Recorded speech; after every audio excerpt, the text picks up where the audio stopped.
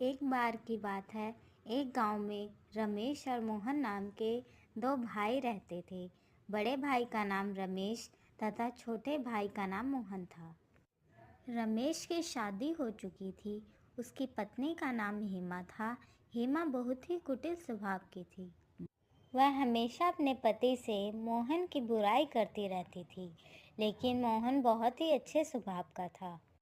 वह हमेशा ज़रूरतमंद लोगों की मदद करता था। वह जंगल में रहने वाले एक साधु को रोज़ फल व सब्जियां देने जाता था। एक बार की बात है, गांव में कई महीने तक बारिश न होने के कारण खेतों में सूखा पड़ जाता है, जिसके कारण खेतों में कोई फसल नहीं हो पाती है। फसल न होने के कारण उनके घर में अनाज की तंगी हो जाती है। एक दिन रमेश की पत्नी रमेश से कहती है, हमारे पास अब अधिक अनाज नहीं बचा है, जो था वो खत्म हो चुका है। इतना ही अनाज बचा हुआ है। इतने अनाज में हम तीनों का गुजारा कैसे होगा? दूसरी फसल तैयार होने में अभी कई महीने लग जाएंगे। क्यों ना हम मोहन को अलग कर दें, जिससे हमारा गुजारा आराम से हो जाएगा। फिर रमेश हेमा से कहता है, तुम सही कह रही हो। हमें मोहन को अलग कर देना चाहिए ताकि हम अपना गुजारा कर सकें। फिर वह मोहन को आवाज़ देता है। फिर उसकी पत्नी बताती है, मोहन घर पर नहीं है, वह कहीं बाहर गया है। लेकिन मोहन साधु के पास गया था। जब मोहन घर वापस लौटता है, तब घर पहुंचकर रमेश की पत्नी से कुछ खाने को मांगता है। तब उसकी पत्नी कहती है, आज कुछ खाने को नहीं है। जो अनाज था वो खत्म हो चुका है। अब मैं खाना कहाँ से लाऊं? तब तक वहाँ रमेश आ जाता है। फिर रमेश मोहन से कहता है, अब अनाज नहीं बचा है और ना ही इस बार फसल हुई है, इसलिए तुम्हें खुद अपने खाने का इंतजाम करना होगा। मैं तुम्हें पुराना वाला खेत देता हूँ, तुम उसमें अपना गुजारा करो। और ये घर भी मैंने बनवाया है, इसलिए तुम यहाँ नहीं रह सकते। रमेश की ये सारी बातें सुनकर मोहन बहुत दुखी हो जाता है और वहाँ से चला जाता है।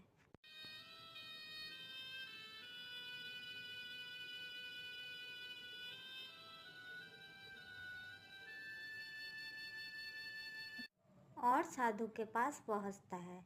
फिर उसे सारी बात बताता है।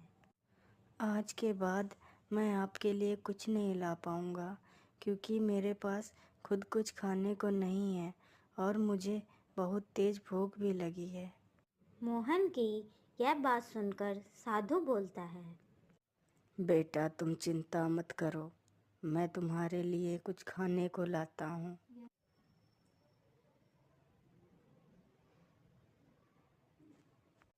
फिर साधु उसे कुछ खाने को देता है और मोहन खाना खा लेता है। फिर साधु उसे एक जादुई घड़ा देता है और कहता है, बेटा, ये घड़ा लो। तुम इस घड़े के सामने अपनी जो भी इच्छा प्रकट करोगे वह पूरी हो जाएगी। लेकिन याद रखना, अगर इस घड़े के सामने अन्य व्यक्ति ने अपनी इच्छा प्रकट की तो उसकी मृत्यु हो जाएगी। ठीक है बाबा, मैं इस बात को याद रखूँगा। फिर मोहन वहाँ से घड़ा लेकर अपने खेत के पास पहुँचता है और घड़े से कहता है, हे जादुई घड़े, मेरे लिए एक घर बना दो। फिर घड़े के जादू से उसका बहुत सुंदर घर तैयार हो जाता है। ये देखकर वह बहुत खुश हो जाता है। फिर वह घर के अंदर जाता है।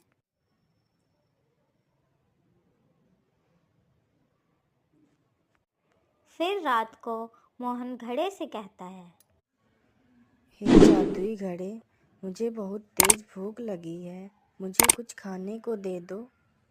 जैसे ही मोहन खाना मांगता है, उसके लिए तुरंत एक खाने से भरी हुई थाली प्रकट हो जाती है। फिर वह खाना खा लेता है और सो जाता है। फिर एक दिन रमेश अपनी पत्नी से कहता है, पता नहीं मोहन इतने दिनों से कहाँ है, दिखाई ही नहीं देता। फिर उसकी पत्नी कहती है, हमें क्या मतलब है, कहीं भी रहे।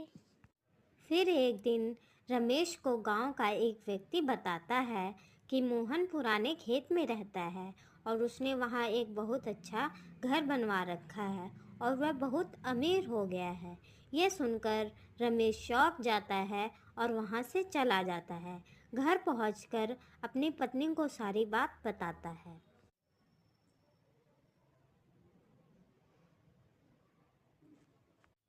फिर रमेश की पत्नी उसे कहती है, ये कैसे हो सकता है, इतनी जल्दी वो अमीर कैसे हो सकता है। अभी कुछ दिन पहले हमने उसे अलग किया था। फिर रमेश कहता है, हमें जाकर पता लगाना होगा कि वह इतना अमीर कैसे हो गया।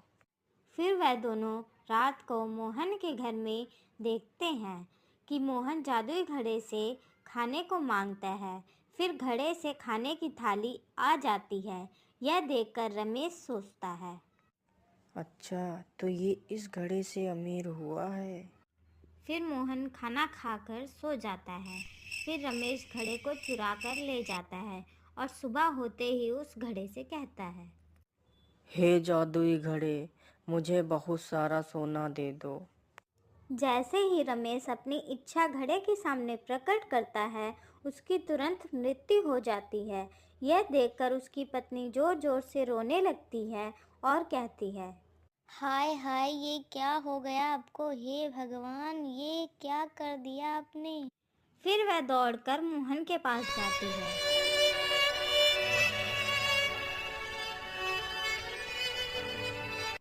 मोहन, ओ मोहन, सुनो। फिर मोहन देखता है कि रमेश की पत्नी उसे आवाज़ दे रही है। तब मोहन उसे पूछता है, क्या हुआ भाभी? मोहन, तुम्हारे भाई को पता नहीं क्या हो गया है। वे यहाँ से तुम्हारा जादुई घड़ा चुरा कर ले गए थे और जैसे ही उन्होंने जादुई घड़े से अपनी इच्छा प्रकट की, तभी अचानक से वह बेहोश हो गए और जमीन पर गिर गए। यह सुनते ही रमेश दौड़कर साधु के पास जाता है और साधु से सारी बात बताता है। फिर साधु उसे बताता है, जल्दी जाओ बेटा और उस घड़े को अपने हाथों से तोड़ दो। यह सुनकर मोहन दौड़कर वहां पहुंचता है और जल्दी से घड़े को उठाकर जमीन पर पटक देता है, जिससे घड़ा टूट जाता है। घड़े के टूटते ही रमेश जीवित हो जाता है और वह मोहन से कहता है, मोहन, मैंने तुम्हें घर से बेघर कर दिया, लेकिन फिर भी तुमने मेरी जान बचाई। मुझे माफ कर दो मेरे भाई। फिर वह तीनों हंसी खुशी साथ में रहने लगते। ये कहानी है मीना नाम की एक लड़की की, जिसे फोटोग्राफी और वीडियोग्राफी का बहुत शौक था। अरे यार, इस 2 कौड़ी के फोन से एक भी फोटो अच्छी नहीं आती है। तभी वहां मीना की माँ पल्लवी आती है। अरे बेटा पल्लवी, फोटो ही खींचती रहोगी या खाना भी खाओगी? अरे माँ, मैंने आपसे कितनी बार कहा है कि मुझे एक कैमरा दिलवा दो, लेकिन आप तो मेरी सुनने को ही तैयार नहीं है। बेटा, तेरा एक कैमरा का दाम भी तो 10 कैमरे के बराबर है। अरे माँ, आपकी एक ही तो बेटी है और आप उसे एक कैमरा नहीं दिलवा सकती हो। अगर आप मुझे कैमरा नहीं दिलवाओगी तो मैं खाना भी नहीं खाऊंगी। नाटक बंद कर, तेरी मनपसंद बिरयानी बनाई है मैंने। अच्छा, आज खा ले रही हूँ, लेकिन कल से नहीं खाऊंगी। हाँ, चल देखती हूँ कि तू अपनी बातों पर अमल करती है या नहीं। हाँ, देख लेना आप। पहले मैं जरा आज अपनी बिरयानी खा लूं। पगली। तो मीना डाइनिंग टेबल पर बैठती है और अपनी बिरयानी खाने लग जाती है। खैर, इसके कुछ दिन बाद एक दिन मीना के पापा ऑफिस से घर आते हैं। ले बेटा, तेरा बर्थडे गिफ्ट। अरे पापा, मुझे जो चाहिए वो तो आप मुझे देंगे नहीं, तो इसका क्या फायदा? अरे बेटा, मुझे मालूम है कि तुझे क्या चाहिए, लेकिन जरा इसे भी तो खोलकर देख ले एक बार। इसमें भी बहुत अच्छी चीज है। खोल ही लेती हूँ अब। इतने प्यार से जो लेकर आए हैं आप मेरे लिए। मीना गिफ्ट खोलती है तो देखती है कि उसमें कैमरा रखा हुआ है। ये देखकर मीना खुशी के मारे पागल हो जाती है। अजी, मैंने आपसे मना किया था ना कि इतना महंगा कैमरा अभी मत दिलाइए इसे। आप भी ना। अरे पल्लवी, तुम इतना टेंशन क्यों ले रही हो? अरे इसे फोटोग्राफी और वीडियोग्राफी का शौक है। अगर हम इसके शौक पूरे नहीं करेंगे तो कौन करेगा? Yes papa, you are the great. आप तो मुझे बहुत अच्छे से समझते हैं। उफ भगवान, ये दोनों बाप बेटी का क्या करूं मैं। हाँ माँ, आप बैठो, मैं पापा के लिए खाना लगाती हूँ। देखा, आपसे कैमरा मिल गया तो खाना भी लगा रही है अब। अरे कोई बात नहीं, अभी इतनी बड़ी बेटी भी नहीं हुई है हमारी, बच्ची ही तो है। हम्म। खैर, अब मीना को अपना पसंदीदा कैमरा मिल चुका था, इसलिए वो अब अच्छे अच्छे स्पॉट पर जाकर फोटोग्राफी करना शुरू कर देती है कि तभी एक दिन जब मीना किसी खूबसूरत नदी के किनारे फोटोग्राफी कर रही थी, तभी उसके पास एक आदमी मुंह में रुमाल बांधे हुए आता है। ए, तुम लोग कौन हो? अरे जाने मन, हम लोग कौन है अभी तुझे बताते हैं। इसके बाद दीपक मीना को जोर से धक्का देता है और उसका कैमरा लेकर वहां से भागने लगता है। लेकिन मीना बड़ी चालाक थी, वो जल्दी से दोनों के सिर पर 2 पत्थर से वार करती है। आई! चुप बेवकूफ! वहीं मीना जल्दी से उनके पास आ जाती है और अपना कैमरा उठाती है। बड़ी चालाक बन रही है ना तू। रुक, तुझे अभी इसी नदी में फेंकता हूँ। तब दीपक मीना से उसका कैमरा छीनता है और उसे नदी में फेंककर राजेश के साथ फरार हो जाता है। वहीं दूसरी ओर मीना चुड़ैल बन जाती है। एक तो तुम लोगों ने मेरा कैमरा चुराया और ऊपर से मुझे एक चुड़ैल बना दिया। अब मैं तुम लोगों से बदला लूंगी, बदला। वहीं दूसरी ओर मीना के माता पिता उसके लिए बहुत परेशान होते हैं और उसकी मिसिंग कंप्लेंट थाने में लिखवा देते हैं। खैर, चुड़ैल अब राकेश और दीपक के पास जाती है। मेरा कैमरा चुराएगा तू? रुक, अभी तेरी टांग तोड़ती हूँ और इसका सूप बनाकर पीती हूँ। तब चुड़ैल राकेश के सामने अचानक से प्रकट हो जाती है। चुड़ैल को वहां देखकर राकेश की सिट्टी पिट्टी गुम हो जाती है। क, क, क, कौन है तू? कहीं तू मेरी पुरानी प्रेमिका मंजूली तो नहीं है? अपनी शक्ल देखी आईने में? तेरी कोई पुरानी प्रेमिका भी थी?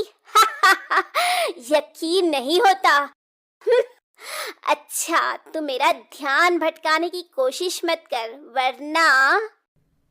तुम कोई भी हो, मुझे माफ कर दो, मुझे जाने दो। वैसे मैं इतना बुरा भी नहीं दिखता।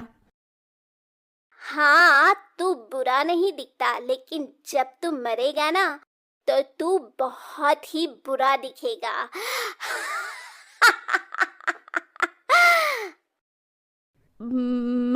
मरेगा मतलब? हाँ, अगर तू मरेगा नहीं तो मैं तेरे हाथ और पैर का सूप बनाकर कैसे पीऊंगी रे? नहीं नहीं, ऐसा मत करना। एक तो मेरा कैमरा चुराता है और मुझे मारता भी है और ऊपर से बोलता है कि तुझे ना मारूं। अच्छा, तो तू कैमरा वाली चुड़ैल है? हाँ। तब इसके बाद चुड़ैल राजेश के हाथ पैर तोड़ देती है और उसे मार डालती है। उसे मारने के बाद चुड़ैल वो कैमरा अपने हाथ में लेती है। रुक, ऐसे ही रहना, अब तेरी एक फोटो खींचती हूँ।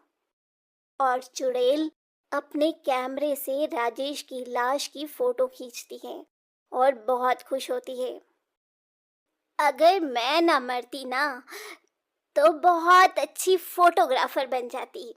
वाह मीना, तेरी फोटोग्राफी का तो कोई जवाब नहीं।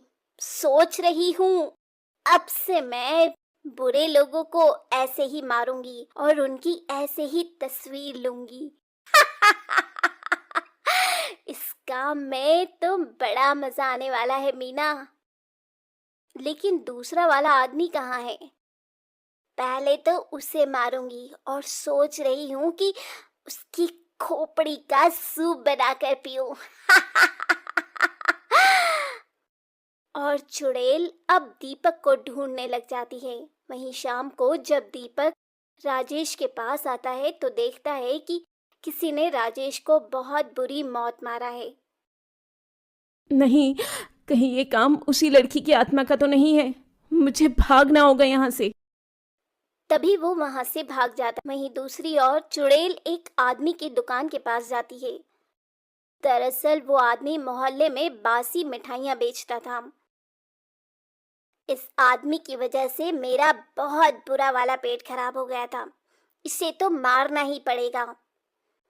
खैर, वो आदमी अपनी दुकान बंद करके घर के लिए निकलने लगता है कि थोड़ी दूर आगे बढ़ने पर एक सुनसान गली में उसे चुड़ैल मिल जाती है।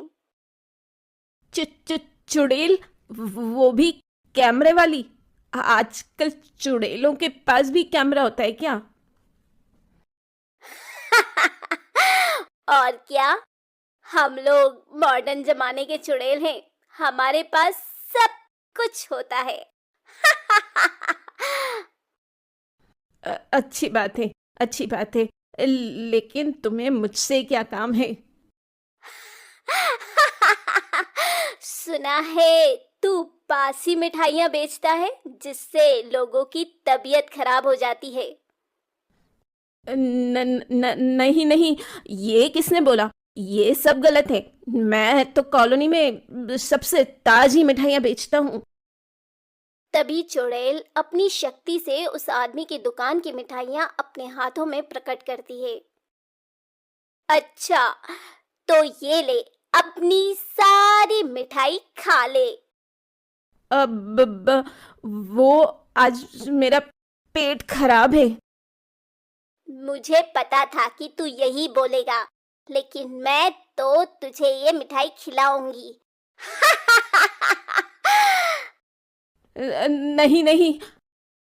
जबरदस्ती उस आदमी के मुंह में मिठाई के डिब्बे को ठूंस देती है, जिससे उस आदमी की मौत हो जाती है। बड़ा आया, मेरा पेट खराब करेगा। गया ना काम से। उसे मारने के बाद चुड़ैल उसकी तस्वीर ले लेती है। मोटा गेंडा कहीं का, इसकी तो फोटो भी अच्छी नहीं आई। इसके बाद चुड़ैल दीपक को ढूंढने लग जाती है, लेकिन फिर भी उसे दीपक का कहीं पता नहीं चलता। आखिर ये दुष्ट दीपक है कहाँ? पता नहीं क्यों मैं अपनी शक्ति से भी उसको देख नहीं पा रही हूँ। लगता है कुछ गड़बड़ है। तब तक मैं अपने नए शिकार को ढूंढती हूँ। ये बोलते बोलते चुड़ैल रास्ते में जा रही थी कि तभी उसे एक आदमी मिल जाता है जो किसी औरत की चेन छीनकर भाग रहा था। अभी इसको सबक सिखाती हूँ, चोर कहीं का। चुड़ैल उस चोर के सामने चली जाती है। चुड़ैल! अरे चोर, कितनी चोरी करेगा? हाँ, जाने दे चुड़ैल, मेरी एक छोटी बेटी है। तो क्या उसे भी चोरी करना सिखाएगा? तुझे तो मरना पड़ेगा ही, नहीं तो तू अपनी बेटी से भी चोरी ही करवाएगा। इसके बाद चुड़ैल उसे मार देती है और उसे एक खंबे से लटकाकर उसकी फोटो खींचती है। ये फोटो तो बड़ी जबरदस्त आई है। खैर, कुछ दिन बीत जाते हैं और कॉलोनी में चुड़ैल के बारे में सबको पता चलने लगता है। तभी एक दिन कॉलोनी वाले पंडित को बुलाते हैं। उस घर की एक सदस्य है वो चुड़ैल। पंडित जी, ये तो मेरा घर है। हाँ, तुम्हारी बेटी मर चुकी है और वो चुड़ैल में बदल चुकी है। वही ये सब कर रही है। ये सुनकर मीना के माता पिता बहुत रोते हैं। रो मत बेटी, हमें उसकी आत्मा को मुक्ति दिलाना होगा। ठीक है पंडित जी, आप जो कहेंगे हम वही करेंगे। मीरा का एक खूनी है जो अभी तक पकड़ा नहीं गया है। हो सकता है कि उसके पकड़े जाने के बाद उसे मुक्ति मिल जाए। अच्छा पंडित जी। खैर कुछ दिन बाद इंस्पेक्टर दीपक को पकड़ लेते हैं और उसे पकड़कर उसे हथकड़ियां लगाकर कॉलोनी में ले आते हैं, जहां आज कॉलोनी वाले पूजा करने वाले हैं। बेटा मीना, हमें पता है कि तुम्हारे साथ बहुत गलत हुआ है, लेकिन तुम बेवजह बेकसूरों को मत मारो। और ये देखो, दीपक पकड़ा गया है, हमारे सामने आओ। तभी चुड़ैल वहां पर प्रकट हो जाती है। वो लोग बेकसूर नहीं थे। माना कि वो लोग बेकसूर नहीं थे, लेकिन कानून को अपने हाथ में मत लो मीना। हाँ बेटा, अब तो दीपक भी पकड़ा गया है, ये सब मत कर बेटा। हाँ बेटा, तू तो हमारी प्यारी बिटिया थी ना, तो फिर क्यों नहीं करती है ऐसा। इस तरह सभी लोग उसे बहुत समझाते हैं। ठीक है माँ पापा, मैं अब से किसी को भी नहीं मारूंगी, लेकिन इस दीपक को भी नहीं छोड़ूंगी। अलविदा। इतना कहने के बाद चुड़ैल दीपक को अपने साथ हवा में उड़ाकर ले जाती है और जाते जाते ऊपर से कॉलोनी वालों की फोटो भी खींच लेती है। ये फोटो देखकर मैं आप सबको बहुत याद करूंगी। वहीं चुड़ैल दीपक को अपनी दुनिया में ले जाकर उसे क्षण भर में मार देती है और इस तरह चुड़ैल का बदला पूरा हो जाता है।